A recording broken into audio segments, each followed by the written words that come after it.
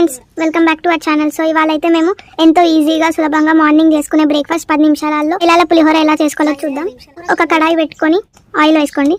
పేలాల్ని నీళ్ళలో ఒక 10 నిమిషాల ముందు నానబెట్టుకోవాలండి. మీరు ఎంత అయితే చేసుకోవాలనుకుంటున్నారో అంత పేలాల్ని వాటర్లో నానేసుకోవాలి. మంచిగా కలుపుకొని వాటర్లో నానబెట్టుకోవాలండి. కొన్ని సైడ్లలో వీటిని పేలాలు, కొంతమంది బొంగులు, కొంతమంది మురుమురాలు అంటారు. మీరేమంటారో కామెంట్ సెక్షన్ లో మాకు తెలియజేయండి.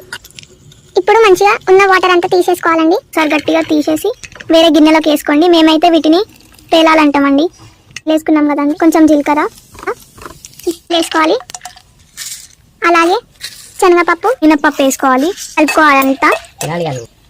ఇప్పుడు ఒక ఆనియన్ సన్నగా తరిగి పెట్టుకొని వేసుకోవాలి. ఇప్పుడు 4 చీల్చుకున్న పచ్చిమిరపకాయలు వేసుకోండి. ఇప్పుడు 2 రెమ్మల కరివేపాకు వేసుకోవాలి. చెంచా పసుపు వేసుకోవాలి. ముందుగా వేసేసుకోవాలి. ఉప్పు వేసుకోండి. ఇలా చూపిస్తున్న విధంగా మంచిగా కలుపుకోవాలి. సింపుల్ గా చేసుకునే మన పేలాల పులిహోర అయితే అయిపోయింది.